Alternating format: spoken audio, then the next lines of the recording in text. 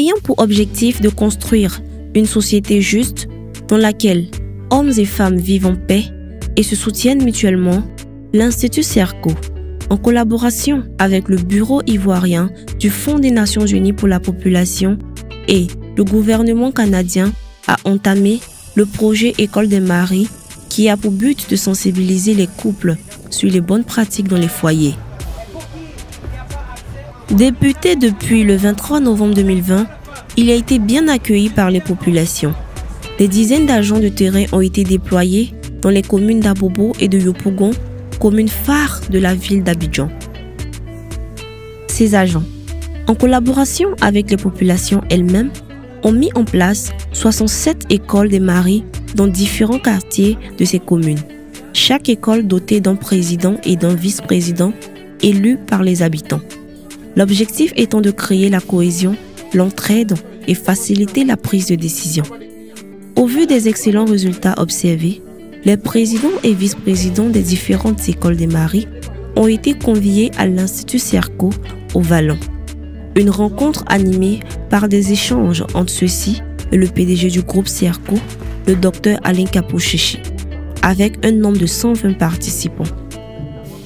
L'intervention du Dr Alain Kapo-Chichi a porté sur la présentation des écoles des maris, l'objectif pour les populations à court et à long terme et l'utilisation de la plateforme. L'objectif du bien-être du Fonds national pour la population, c'est déjà de faire tout pour que les familles vivent en paix. La paix, aujourd'hui en Côte d'Ivoire on parle de réconciliation, la paix c'est la première chose qu'on doit avoir lorsqu'on veut vivre. Et donc, vivre en paix, cela suppose donc que les familles, les maris et les femmes ont une activité économique. Parce que l'expérience a prouvé que les problèmes conjugaux naissent beaucoup plus parce qu'il y a des difficultés financières. Autour de M. Marc Pritchard, directeur des opérations à l'Institut Serco Côte d'Ivoire, de présenter le fonctionnement et les différents onglets aidés par les agents du groupe Serco. C'est à présent au tour de Mademoiselle Diana Toan, une des chefs de projet des écoles de maris, de présenter le guide des présidents et vice-présidents avec des recommandations.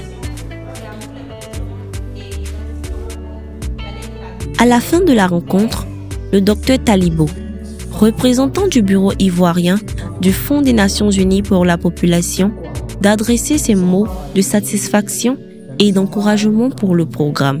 Vous voyez que votre travail n'est pas que être président ou vice-président pour avoir le nom, mais c'est un combat dans lequel vous voulez vous engager avec une organisation qui est UNFPA, avec le ministère de la Santé, mais aussi le groupe Serco.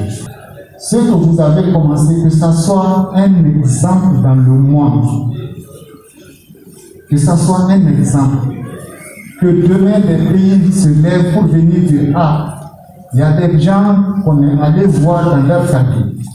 On les a dit, voilà ce que nous voulons faire avec vous, et voilà le résultat sur les décès maternels. Voilà le résultat sur le bien-être de l'enfant. Voilà le résultat sur la planification familiale. Mais aussi, voilà le résultat en termes d'organisation autour d'activités génératrices de revenus.